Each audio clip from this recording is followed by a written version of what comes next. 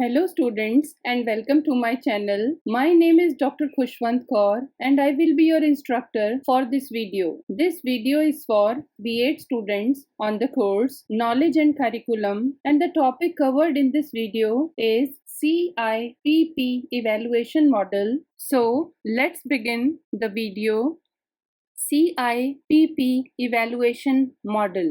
CIPP model Daniel Stufflebeam द्वारा दिए गए पाठ्यक्रम मूल्यांकन के लिए एक लोकप्रिय मॉडल है। CIPP मॉडल मूल्यांकन प्रक्रिया के कई अलग अलग पहलुओं को देखने का एक व्यवस्थित तरीका प्रदान करता है। CIPP का अर्थ कॉन्टेक्स्ट, इनपुट, प्रोसेस, प्रोडक्ट है। इस मॉडल का उद्देश्य कार्यक्रम में सुधार करना है।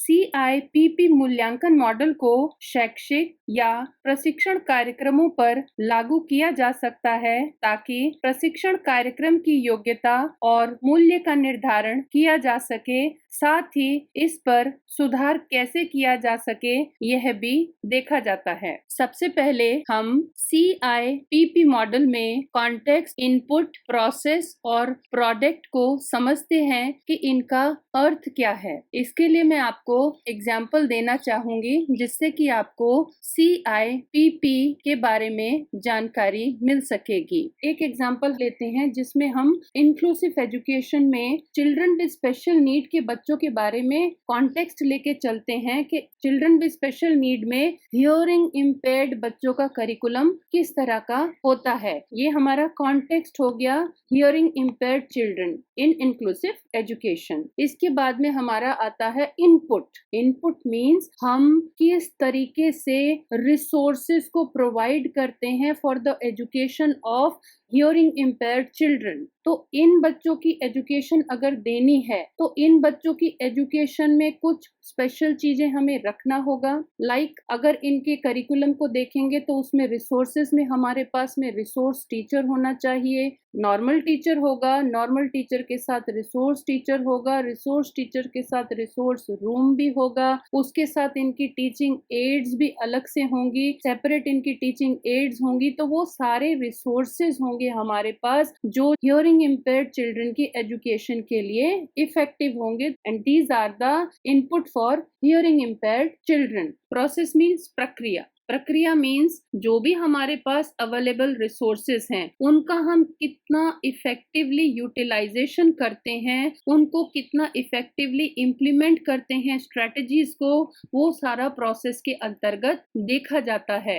रिसोर्स टीचर है, रिसोर्स रूम है, क्या उसको इफेक्टिवली यूटिलाइज किया जा रहा है या नहीं किया जा रहा है, ये सारी चीजें प्रोसेस के अंतर्गत आती हैं। प्रोसेस के बाद में प्रोडक्ट आता है। Product means outcome. Outcome means जो भी स्ट्रेटजीज आपने अपनाई हैं हियरिंग इम्पेयर्ड चिल्ड्रन की एजुकेशन को बेटर करने के लिए, तो वो कितनी इफेक्टिव रही हैं, ये उनके आउटकम के द्वारा हम देख सकते हैं कि कितना उनका एजुकेशनल लेवल बढ़ पाया है। जो भी हम गोल्स लेके चले थे कॉन्टेक्स्ट में, वो गोल्स हमारे फुलफिल हो पाए हैं कि नहीं हो पाए हैं इनपुट और प्रोसेस के जरिए, ये सारी चीजें CIPP मॉडल के अंतर्गत देखी जाती हैं। क्यों? क्योंकि ये इवैल्यूएशन करता है किसी भी प्रोग्राम का। अगर आप कोई प्रोग्राम चला रहे हैं तो उस प्रोग्राम को from the beginning to end तक देखा जाता है कि ये प्रोग्राम शुरू से लेके लास्ट तक में जाके कितना इफेक्टिव बन पाया है जिनके लिए ये बनाया गया था।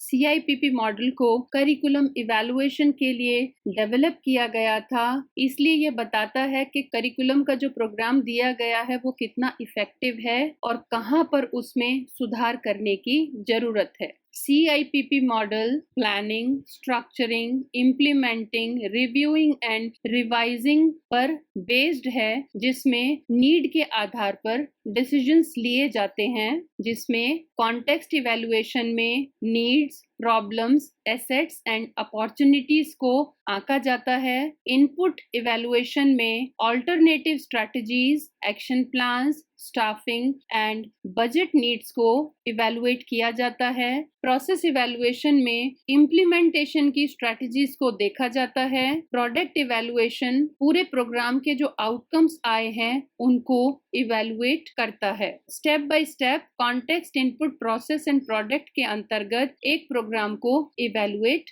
किया जाता है। CIPP इवैल्यूएशन मॉडल में फॉर्मेटिव एंड सबमिटिव मोड्स, दोनों ही तरह के मोड्स को यूज किया जाता है। फॉर्मेटिव असेसमेंट के अंतर्गत 4 तरह के कॉन्सेप्ट्स को लेके इवैल्यूएशन प्रोसेस को आगे बढ़ाया जाता है, जिसमें what needs to be done, how should it be done, is it being done, is it succeeding. Summative assessment के अंतर्गत 4 तरह के कॉन्सेप्ट्स को एनालाइज किया जाता है, जिसमें were important needs addressed, was the effort guided by a defensible plan and budget, was the service design executed completely and modified as needed, did the effort succeed। CIPP model के अंतर्गत हमने जाना कि यह मॉडल एक कार्यक्रम के 4 क्षेत्रों पर ध्यान केंद्रित करके निरंतर सुधार पर ध्यान केंद्रित करने में बहुत ही लाभकारी है। कॉन्टेक्स्ट इवैल्यूएशन के अंतर्गत लक्ष्य या मिशन, इनपुट मूल्यांकन के अंतर्गत योजनाओं और संसाधनों, प्रोसेस इवैल्यूएशन के अंतर्गत गतिविधियों या घटकों तथा प्रोडक्ट इवैल्यूएशन के अंतर्गत परिणाम या उद्देश्यों को आंका जाता है। कॉन्टेक्स्ट के अंतर्गत क्या किया जाना चाहिए, इनपुट के अंतर्गत कैसे किया जाना चाहिए, प्रोसेस के अंतर्गत क्या यह किया जा रहा है और प्रोडक्ट के अंतर्गत क्या यह सफल था, आदि प्रश्नों को हल किया जाता है। कॉन्टेक्स्ट के अंतर्गत विभिन्न प्रकार की आवश्यकताओं को ध्यान में रखा जाता है, जिसके अंतर्गत national, international, societal, industrial, technological advancement, children, schools, philosophy इत्यादि नीड्स को ध्यान में रखा गया है कि नहीं, इस बात का मूल्यांकन किया जाता है। इनपुट के अंतर्गत इन सारी नीड्स को फुलफिल करने के लिए पूरे संसाधन है भी कि नहीं, यह आंका जाता है, जैसे बच्चों का educational level, teachers, library, infrastructure, budget इत्यादि रिसोर्सेज हैं भी या नहीं। प्रोसेस के अंतर्गत जो प्लान हम लेके चले थे कॉन्टेक्स्ट एंड इनपुट के जरिए, उस प्लान को कितना इफेक्टिवली इम्प्लीमेंट किया गया है, इसका मूल्यांकन प्रोसेस के अंतर्गत किया जाता है। प्रोडक्ट इवैल्यूएशन के अंतर्गत प्रोग्राम के ओवरऑल आउटकम्स को इवैल्यूएट किया जाता है, जिसमें यह देखा जाता है कि जिन उद्देश्यों को निर्धारित किया गया था, उन उद्देश्यों की प्राप्ति इस प्रोग्राम के तहत हो भी पाई है या नहीं हो पाई है। यदि नहीं हो पाई है तो उस करिकुलम में, उस प्रोग्राम में इम्प्रूवमेंट की जरूरत है। Thank you for watching my video. Don't forget to like, share and subscribe to my channel.